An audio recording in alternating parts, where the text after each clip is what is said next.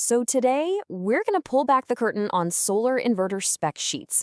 We're going to get into the hidden truths behind all those numbers. And, more importantly, we're going to figure out what you should just flat out ignore so you can build a more reliable and a much, much safer solar system. So let's just dive right in. Have you ever been in this spot? You buy an inverter that promises the moon, you get it all hooked up, and it just doesn't perform. Or even worse, it seems to be secretly draining your super expensive batteries. Yeah, if you're nodding your head right now, trust me, you are not alone. And the problem? It's almost always hiding in the spec sheet. See, here's the thing. Inverter spec sheets are often designed to sell, not really to inform. They're basically marketing pamphlets that flash these huge, impressive-looking numbers for things like peak power or some ideal efficiency. And without the right context, these numbers don't just mislead you. They can actually set your whole system up for failure. And look, this is way more than just a small frustration. Getting these specs wrong can have some pretty serious real-world consequences, putting your expensive equipment and, honestly, even your safety on the line. Trusting those big, flashy numbers on the box doesn't just mean you end up with a system that kind of underperforms. Oh no, the stakes are actually much, much higher than that. One of the biggest risks is doing slow, creeping damage to your batteries. We're talking about the most expensive part of your entire system being gradually worn down, day after day, by these hidden power drains that you probably didn't even know were happening. And here it is. This is the most critical point. In a worst-case scenario, if your components are undersized because you base them on misleading specs, they can overheat. And that can become a very real fire hazard. This right here is exactly why we have to get this stuff right. Okay, so let's be crystal clear about the dangers we're talking about. We've got over-discharging your batteries, which kills them fast. You could blow the inverter itself or just deal with constantly tripped breakers. You could have wires that are too skinny for the job start to dangerously overheat. And then there's that slow, silent killer, battery damage from that constant idle power draw.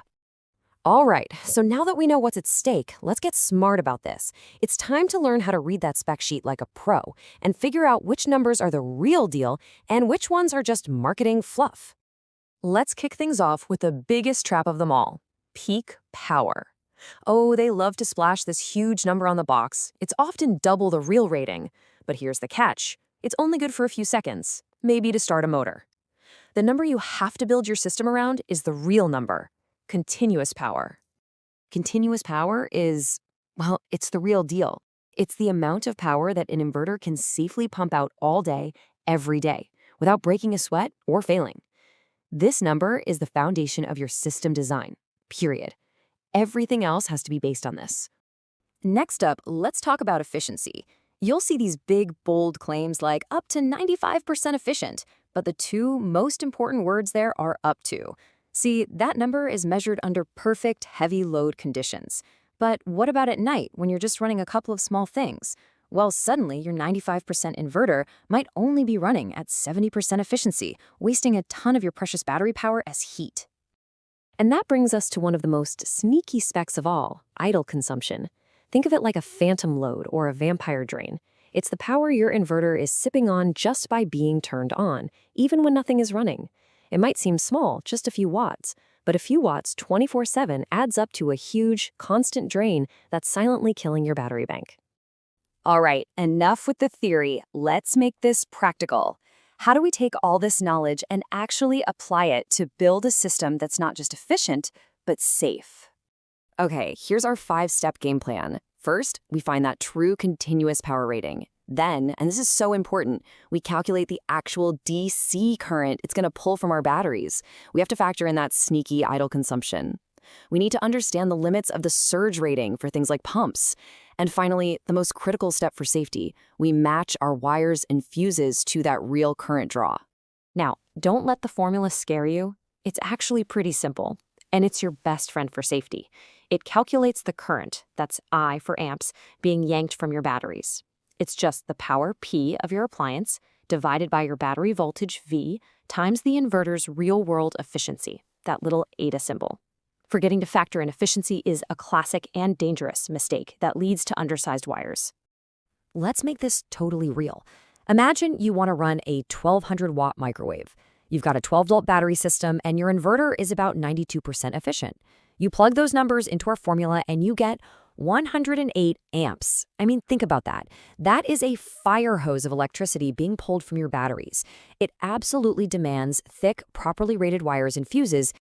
And that massive current is exactly why we have to talk about voltage drop. See, as all that electricity rushes through a wire, you lose a little bit of voltage. With this simple formula, you can double check that your wires are thick enough for the job. You have to keep that voltage drop below 3%. If it's any higher, your wires are too thin. You need to go thicker. There are no exceptions here. I just want to pause on this for a second. This one sentence really sums it all up, doesn't it? Getting this stuff wrong isn't just a simple mistake. It's a huge safety risk. So, let's bring this all home. We're going to distill everything down into a simple, easy-to-remember safety checklist that you can use on your own system. Okay, if you only remember 3 things from this, make it these 3. 1. Always, always, always design your system around the continuous load, not that flashy peak power number.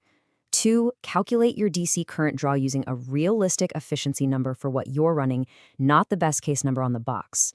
And 3. Match your wires and fuses to that real calculated current. Your safety depends on it. And that really brings us to our final question for you. After all this, I want you to go take a fresh, honest look at your own setup.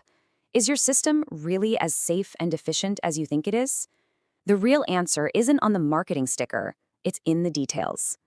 Thanks for joining me.